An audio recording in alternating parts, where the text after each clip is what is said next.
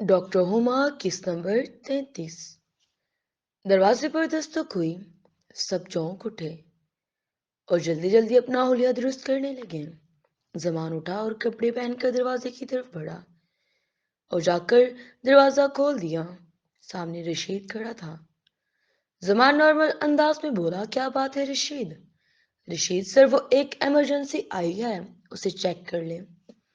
रशीद की आवाज सुनकर हुमा एक बार फिर सहम गई थी, मगर उसने किसी पर जाहिर नहीं होने दिया। जमान और जैनब ये बाहर आ गए इमरजेंसी मरीज को देखने के लिए और हुमा अंदर ही रह गई। उसे अकेले देख रशीद अंदर आ गया और अपने हाथ में पकड़े कपड़े से टेबल साफ करने लगा और साथ ही साथ पान से लाल पीले अपने दांत निकालकर मुस्कुराता हुआ हुमा को देखने लगा। हुमा भी उसकी नजरों को महसूस कर रही थी, मगर चुप थी। वहीं रुके रुके रशीद ने अपनी जेब से सिगरेट निकाली और उसे माचिस से जलाकर कश लगाने लगा। हुमा को उसकी इस हरकत पर गुस्सा आया। ये क्या बदतमीजी है रशीद? मैंने कितनी बार तुमको मना किया कि मेरे सामने और ऑफिस के अंदर आकर सिगरेट ना पिया करो।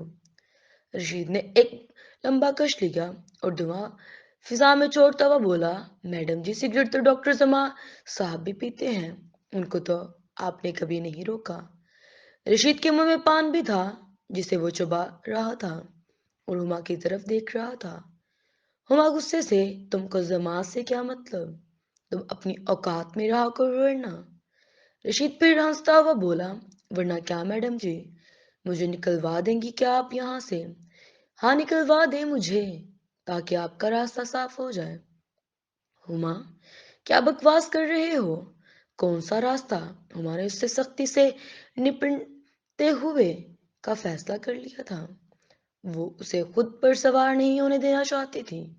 रशीद मुस्कुराया, वही मैडम जी, ऊपर वाले ऑफिस में जाने का रास्ता। जुमा साहब के साथ ही हुमा अपनी जगह से उठी और रशीद की तरफ बढ़ी और अपना हाथ उठाकर उसे थप्पड़ मारने लगी।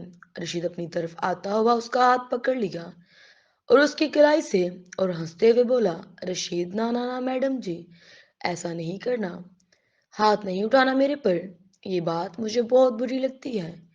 ये कहते हुए रशीद ने अपना चेहरा हुमा के चेहरे के करीब लाते हुए सिगरेट का धुआं उसके चेहरे पर छोड़ दिया और फिर उसके छोड़कर दफ्तर से बाहर जाने लगा। हुमा तो उसकी इस हरकत से साकत हो चुकी थी। उसके पीछे से बोली, कल ही मैं कमाल साहब से तुम्हारी शिकायत करूंगी। रशीद दरवाजे पर रुका। ठीक है, कर दें, मगर कमाल साहब से पहले तो आपके शोहर ने आना है ना। ये कहकर रशीद मुस्कुराता हुआ कमरे से निकल गया और हुमा वहीं सोफे पर अपना सर पकड़कर बैठ गई। उसे समझ नहीं आ रही थी कि वो क्या करे।